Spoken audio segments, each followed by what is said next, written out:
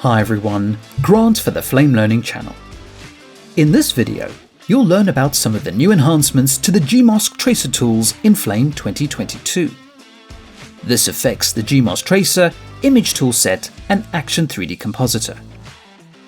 So you'll cover Gmask Creation and Manipulation, discover the new Softness options, and get to grips with improvements to the Gmask edit box. When it comes to creating masks with the Gmask Tracer, the behavior is the same in the Gmask Tracer, Image and Action 3D Compositor. You go into the tool and add a mask. This can be done using the contextual menu or the node bin. Now, one of the most noticeable changes is when you click and draw your mask, the spline is drawing live behind the cursor. This means you can see where the spline is going to go before making a vertex point. You simply click and move to make corners, or click and drag to make rounded tangents. As a tip, if you prefer to draw tangents all the time and avoid any hard corners, go to the Action Preferences in the Flame main menu and turn on Auto Tangents under the Gmask Vertices header. The next time you start drawing a Gmask, the vertices will always have tangents, and your edges will be automatically smoothed out. So you choose the way you'd like to work. Now let's focus on some of the functions as you draw the mask. So I'll put down a few vertices to get started. Now let's say you would like to manipulate some vertices or tangents whilst in the middle of creating the mask. This is not a problem.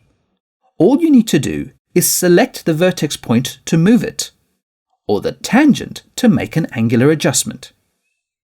The spline creation temporarily turns off, but you remain in Draw Shape mode. As soon as you select the last vertex, the spline creation will re-enable. To toggle a vertex between a corner or a tangent, you press and hold the B key and click on the point. To break the tangent handles, you also hold down the B key and click and drag on the handles. When you release the button, you are back in Draw Shape mode, and you can select either the first or last vertex to continue drawing your mask.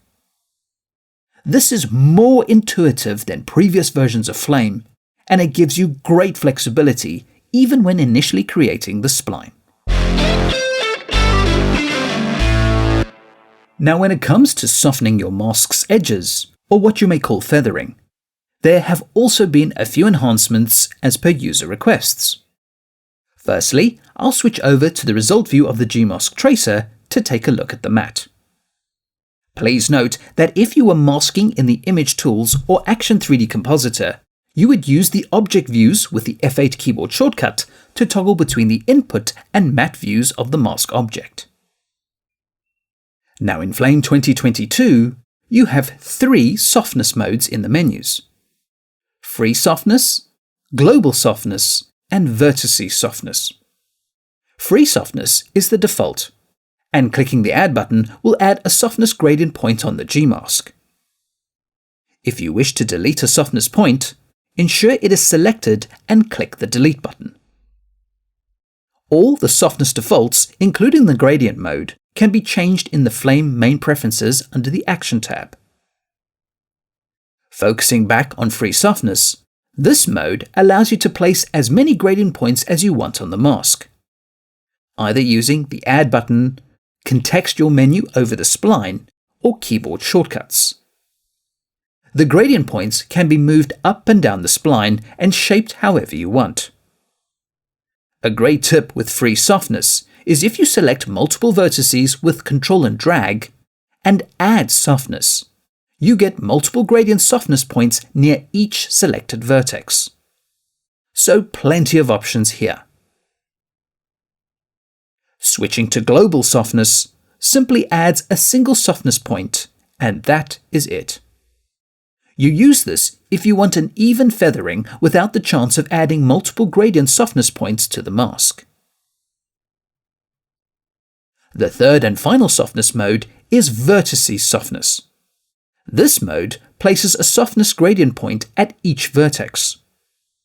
First, you need to ensure that all your gradient points are selected, and then you adjust the in and out offset of the gradient spline to control the feathering of the selection. The softness gradient points are always perpendicular to their respective vertex to give a uniform look to the softened edges. So those are the three modes of softness, and these can be combined with additional smoothing and blurring if required. The final enhancements we are going to discuss are the improvements to the edit box behaviors. Firstly, if nothing is selected in the spline and you turn the edit box on, all the vertices on the spline are automatically selected and the edit box will surround the entire mask. This eliminates extra steps of having to select all the vertices if you want the edit box to affect the entire mask. If you already had a selection of vertices on the spline before turning on the edit box will keep the selection and you can manipulate that part of the spline. Secondly, when working with the edit box, you should find that there is an improved level of sensitivity around the edit box. So moving it, adjusting the center point, rotating and shearing should be more natural as you adjust the spline. Finally, the last improvement is even with the edit box on, you can select single points and manipulate them without the edit box appearing. So there is no need to switch the edit box on and off all the time. As soon as you select two or more vertices, the edit box appears, giving you all that great manipulation functionality. Please subscribe to the Flame Learning channel and click the bell to be notified for future videos. Comments, feedback and suggestions are always welcome and appreciated. And thanks for watching.